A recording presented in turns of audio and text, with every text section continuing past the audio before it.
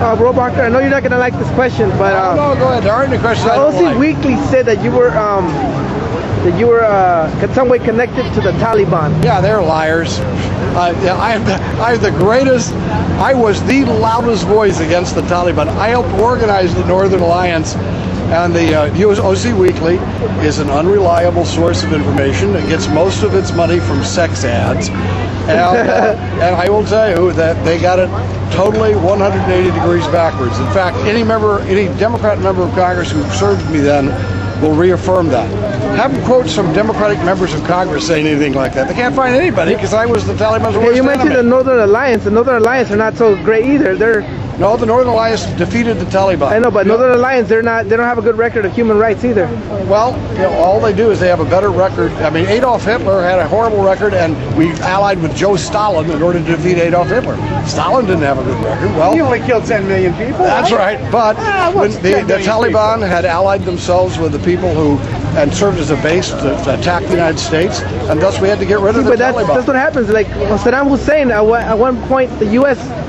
backed up Saddam Hussein, and look what happened. It was the CIA that put Saddam Hussein, and look what happened. Actually, CIA didn't put Saddam Hussein in power. Saddam Hussein's whole army was armed with Soviet weapons.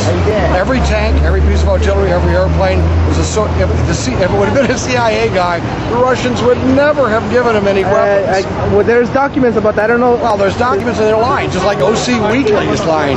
But that doesn't mean. So it's a lie that the U.S. was not giving money to Saddam when they were fighting Iran? That's a lie too? Well, what weapons did Saddam Hussein use when he fought Iran? They were Russian tanks, Russian airplanes, Russian artillery, Russian Kalashnikov rifles. No, well, I don't know if we did. It's possible that at that time the United States wanted to juxtapose Iran, which had held our people hostage and was doing terrible things, versus Iraqis, who were Saddam Hussein's vicious dictator. Maybe they wanted to get them fighting one another and keep it so they wouldn't start fighting other people. See, but that's what happens. But the aid might have been that big compared to what the Russians were involved in. But it makes it wrong. It's still wrong. Like the same way the U.S. backs up the Saudis. They back up the president from Egypt. It's wrong. Listen, during World War II, you have to ask yourselves, when Hitler and the Japanese Empire was expanding, was it wrong for us to send tanks and help to Joseph Stalin? The answer is no, it wasn't, because at that time, the Nazis and the Japanese militarists were the greatest threat. Now, that doesn't mean Stalin was right. That doesn't mean that our aid was something that was pure. No, we were trying to defeat these people were the main threat. And in terms of other things that we've done in the past, we supported people to fight the Russians in Afghanistan. Some of them. When is the American government going to stop supporting the Saudi government, the Egyptian government, and many other corrupt Middle Eastern governments? Well, look at my record. Mexico, and they're corrupt. Yeah, we certainly do. But Mexico has to be in that list exactly. too. Don't support the PRI or the PAN. They're corrupt. Exactly. However, that's a very good question. Listen, you're not talking to a guy who's got a bad record on those issues. I voted against the arms deal for Saudi Arabia. Surprise, surprise! WARbacker voted against the arms deal for Saudi Arabia. How does that fit into your stereotype? Come on, quit stereotyping. I'm not asking you a question. All right. I'm talking about the government as a whole. Okay, just be aware. I did not say Dana. Well, Dana does not have to defend everything the United States government does. And I have opposed the policy of arming Saudi Arabia. I voted against that arms deal.